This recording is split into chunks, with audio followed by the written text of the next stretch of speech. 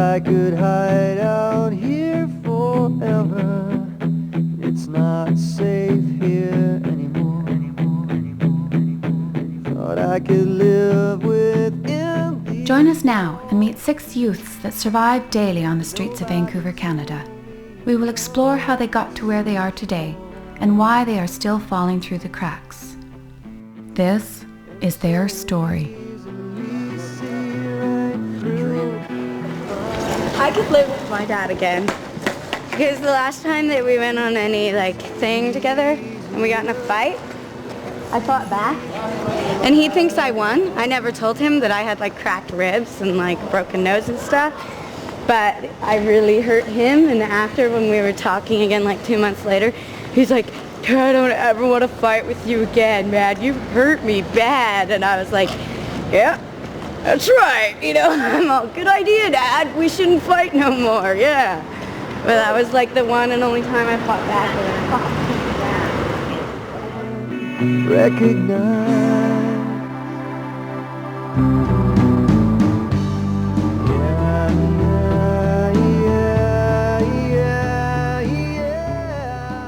This is my buddy Archie's. It's insulation for when you're sleeping on cement. Keeps you warmer, right? If you don't have enough layers, because it's a pain in the butt to carry around a lot of blankets, right? This is my friend Mindy's. She dug it out of some dumpster last night. I don't know. I guess it works good. This is carpet, same thing. But this is it. This is our house. I don't know. A lot of different stuff down here. Tagging gets us kicked out. Leaving that on the ground gets us kicked out. This stuff definitely gets us kicked out. Kids who write that.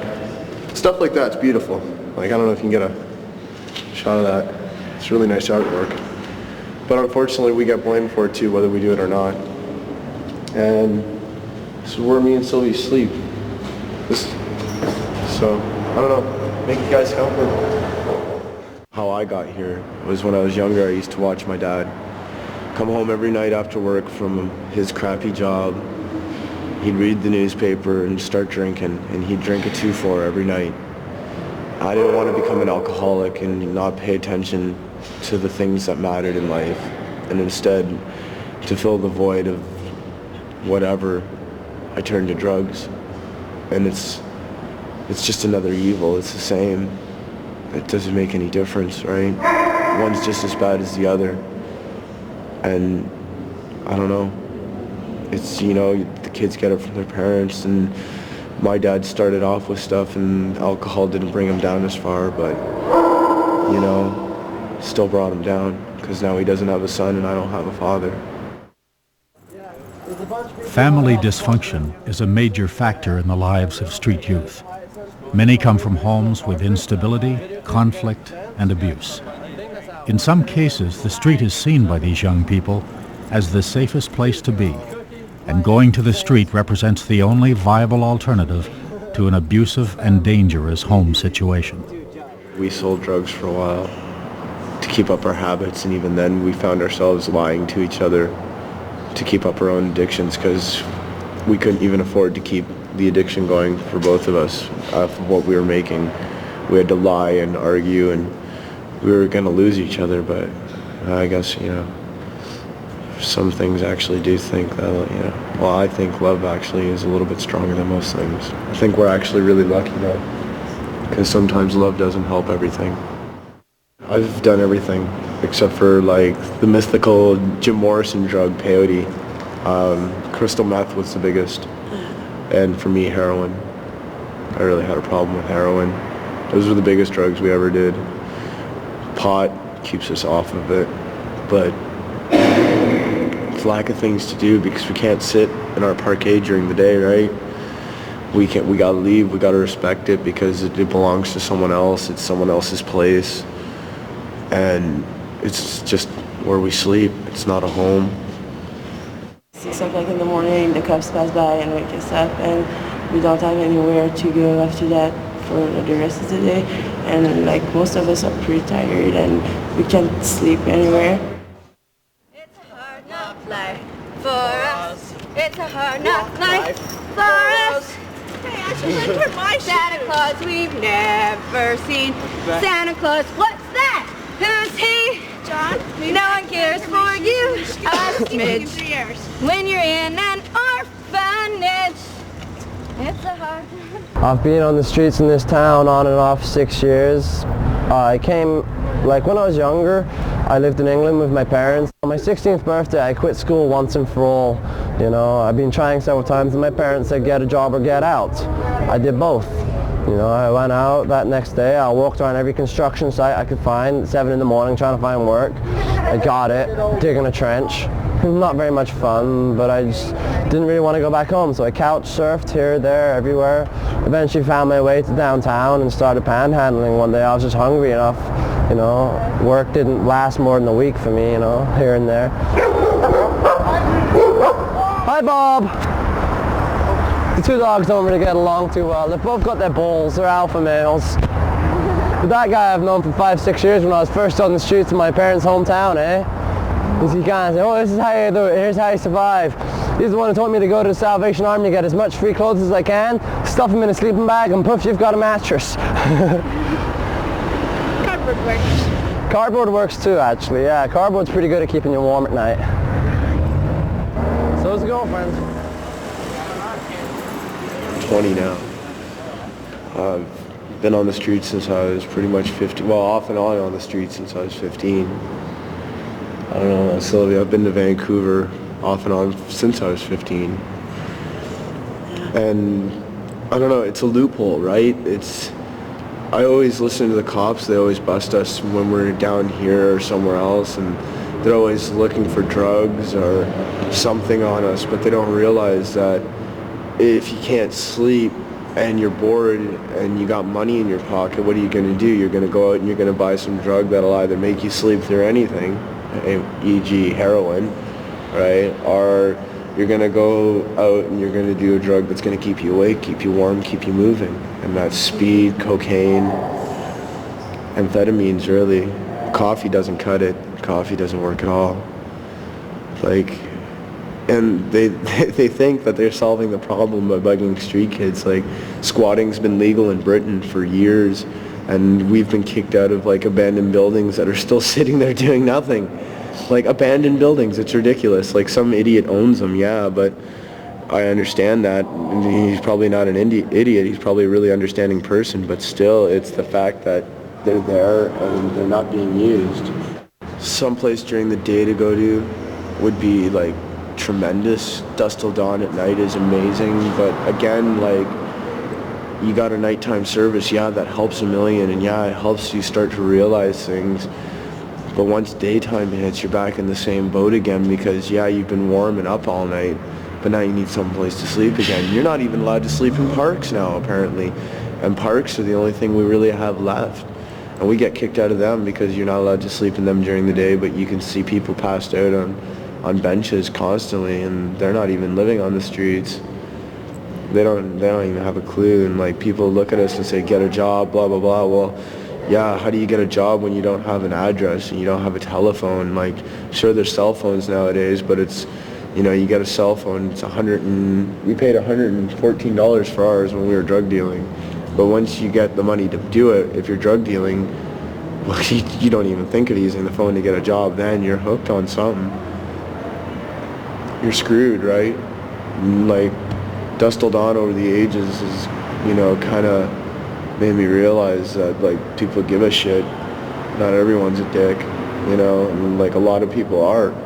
They just don't give a care. They're stuck in their own little world, and they just kind of push poverty off. And it's not like it's a bad thing, because, you know, poverty is you know, it's the easiest way to deal with it. When you don't want to deal with something, you push it out of your sight and you just get rid of it, you know. Like, if it wasn't for Sylvia, I'd be dead. I came out here to die last year. I met Sylvia and she kept me alive. She gave me something to believe in. And that doesn't mean much to most people, but it means something to me. You know, it's the most basic thing to believe in the world. It's kind of crazy. You're so close, you can almost touch me. It's not safe here anymore. You looking straight into my eyes. Nobody told me you'd come to search for me.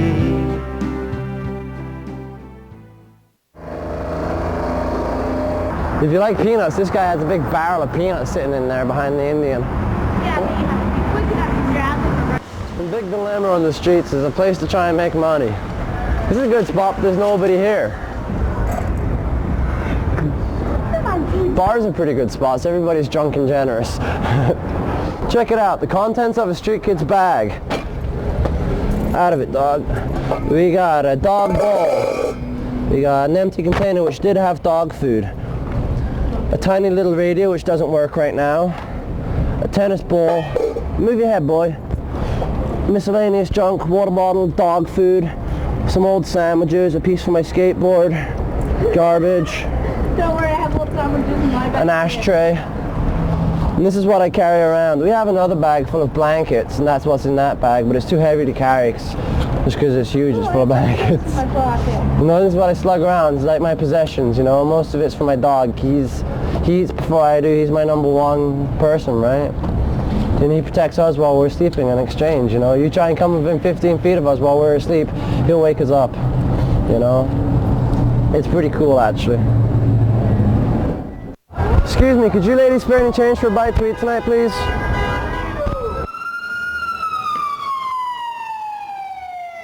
How's it going, guys? What's up? See, I know half the people that walks past. This is my problem. How's it going? What's up, guys?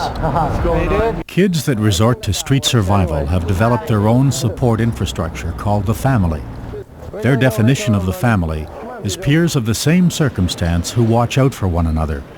They protect each other when they're in danger, and they can share food, shelter, and sometimes money when in dire need.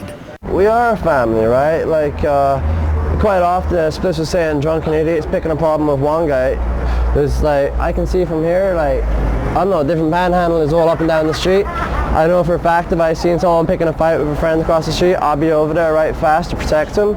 We're a community, right? We don't, we're equal. We don't see each other as better or worse than anybody. And, you know, every now and then I'll loan out a buck or two when I don't have it really to help a friend out, you know. Hi. How's it going?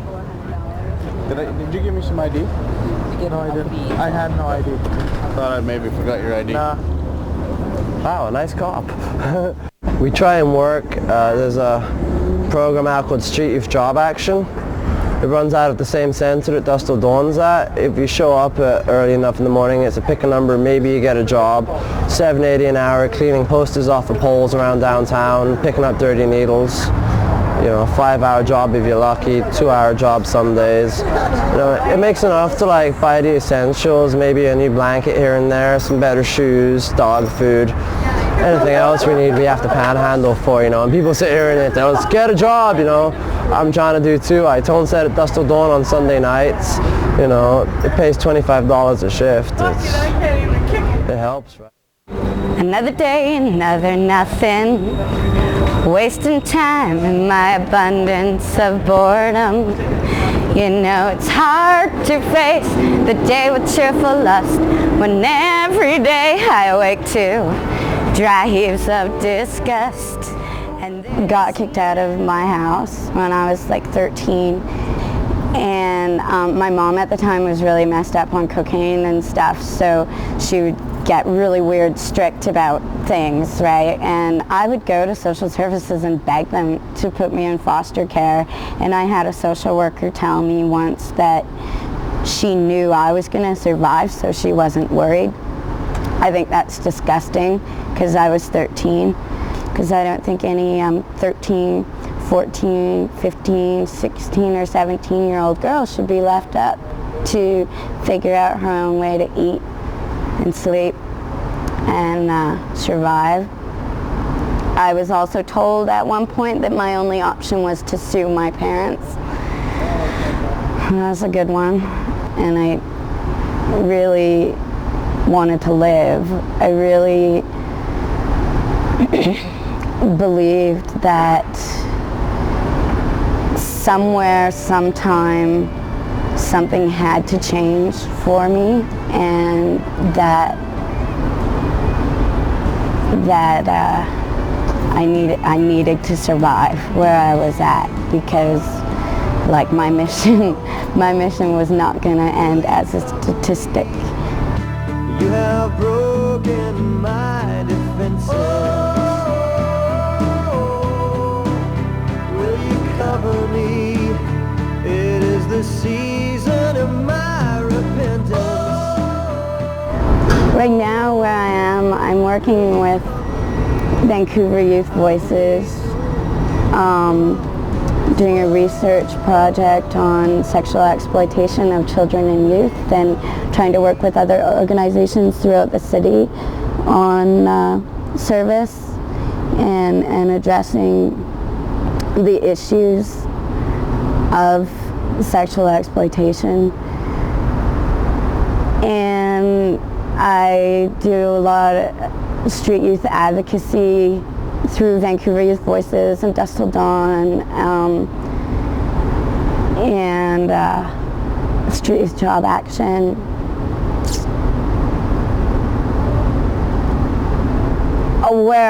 The only thing that I'd like to be different 4 years from now is that one of those organizations or all of those organizations could afford to actually pay me what they'd like to for the work that I do, so that I could actually be making more than $100 a week. You know, we need to all work together to build better communities and stronger services, but we need to also be hiring those young people to give them a sense of purpose that they can give back to their community. You know, like the work I do, it almost gives validity to the chaos and the pain that I've had to live. My life, my experience of living in very severe poverty as a Canadian anyway. In a sense, I like to look at it now, it gives me a luxury that most people don't have. I don't ever have to compromise myself to be able to live, because I know how to live on nothing, and I'll never forget how to survive. One big crack that is in service, well, actually it's a multitude of cracks, as a lot of services are run by bureaucracies. We all know this. A lot of people who work within the bureaucracies know that the bureaucracies put up blockades, and someone who wants to go for addictions counseling cannot also address like parenting skills and stuff for fear of losing their child, or like coming out of the sex trade for young women. It's there isn't really, and that's not seen yet. We're working on it, but it's not seen yet as something that needs to be addressed, like addiction, and the post-traumatic stress that comes from it, and the like serious distorted body power image that comes out of it. There's got to be more cross sections of services where young people, instead of having 5 different counselors and probation officers and social workers that they see in a week for their needs, it would be a lot easier and a lot more effective if it would be possible to have one person, you know.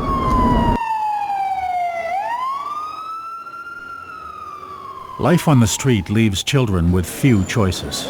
Prostitution, drug abuse, and theft result from a direct need to survive. Given the opportunity to change their lifestyle, the cycle of abuse stops. My name is Benito Segura. I'm Shuswap and Aztec First Nations. I'm a co-founding member of the original program, Dusk to Dawn. Some of the more important aspects of the program is that it's built around respect and around communication. The mission statement is to provide a safe, non-judgmental environment for street youth.